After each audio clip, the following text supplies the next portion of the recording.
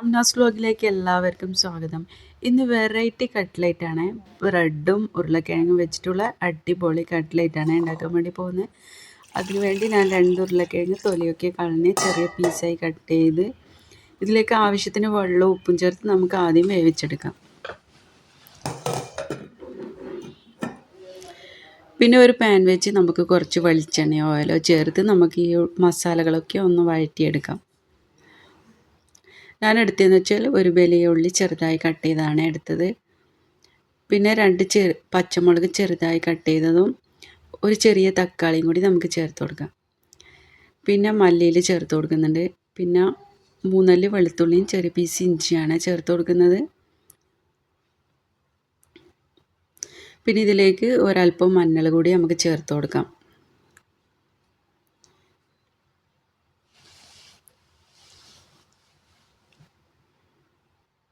പിന്നെ ആവശ്യത്തിന് നമുക്ക് കുറച്ച് അല്പം ഉപ്പ് കൂടി ചേർത്ത് കൊടുക്കാം.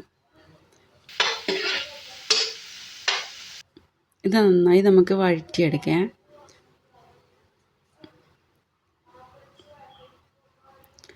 പിന്നെ ഞാൻ ഇതിലേക്ക് എടുത്തതെന്ന് വെച്ചാൽ 6 പീസ് ബ്രെഡാണ് എടുത്തത്. നമുക്കിതുപോലെ ചെറിയ ചെറിയ പീസാക്കി മിക്സിൻ്റെ ജാറിൽ പൊടിച്ചെടുക്കാം.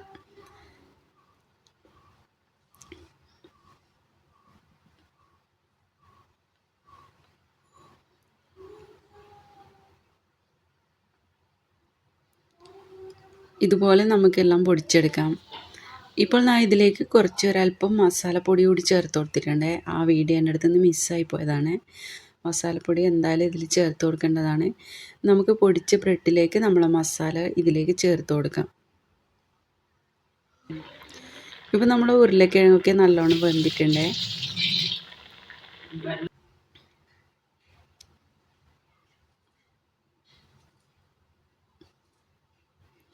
ഇനി നമുക്ക് നമ്മൾ ബ്രെഡും മസാലയും അതിനൊന്നിച്ച് നമുക്ക് ഈ ഉരുളക്കിഴങ്ങ് കൂടി ചേർത്ത് കൊടുക്കാം. ഇത് നമുക്ക് സ്പൂൺ കൊണ്ട് കൊടുക്കുന്നതിലും നല്ല കുറച്ചായിട്ട് നമ്മൾ മിക്സിൻ്റെ ജാറിലിട്ടിട്ട് ഒന്ന് അരച്ചെടുക്കാം. അതുപോലെ ഇപ്പോൾ അരച്ചെടുത്തതാണ്. ഇത് ചിക്കൻ പീസ് പൊരിച്ചെടുത്തതാണ്. അത് നമ്മൾ ഇതിലേക്ക് ചേർത്ത് കൊടുക്കുന്നുണ്ട്. ഇനി ഇതൊക്കെ നമുക്ക് നന്നായി മിക്സ് ചെയ്ത് കൊടുക്കാം.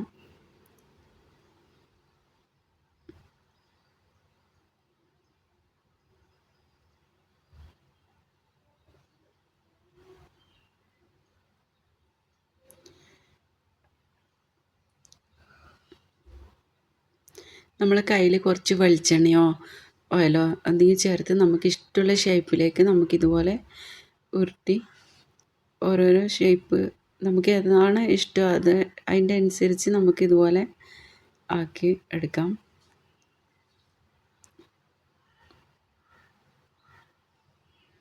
നല്ല ടേസ്റ്റ് ഉണ്ടായിരുന്നു. നിങ്ങൾ തീർച്ചയായും ഒന്ന് ട്രൈ ചെയ്ത് നോക്കണം.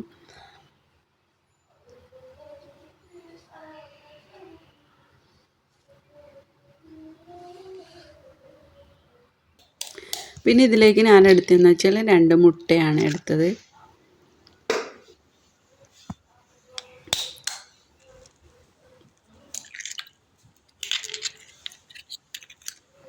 പിന്നെ ഇതിലേക്ക് ഒരല്പം ഉപ്പ് കൂടി നമുക്ക് ചേർത്ത് കൊടുക്കാം.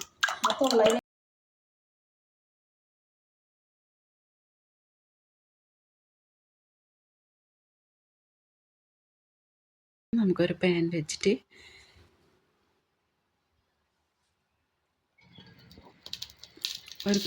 ഇതുപോലെ കുറച്ച് വെളിച്ചെണ്ണയോ ചേർത്ത് കൊടുത്താൽ മതിയേ.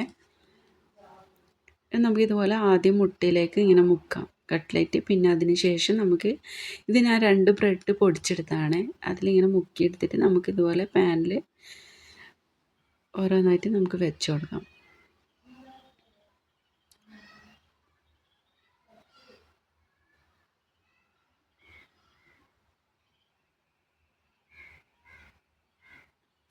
ഇപ്പോൾ ഞാനെല്ലാം പാനിൽ വെച്ചിട്ടുണ്ട്. നമുക്കിതൊക്കെ കുറച്ച് അതിന് ശേഷം തിരിച്ചിട്ട് കൊടുക്കാം.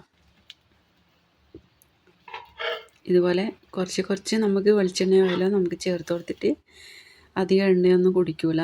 ഇത് എണ്ണയിൽ പൊരിച്ച് കൊടുക്കുമ്പോൾ ചില ടൈം നമുക്ക് എണ്ണയൊക്കെ കുടിക്കും. അതുകൊണ്ടാണ് ഇതുപോലെ ചെയ്തത്.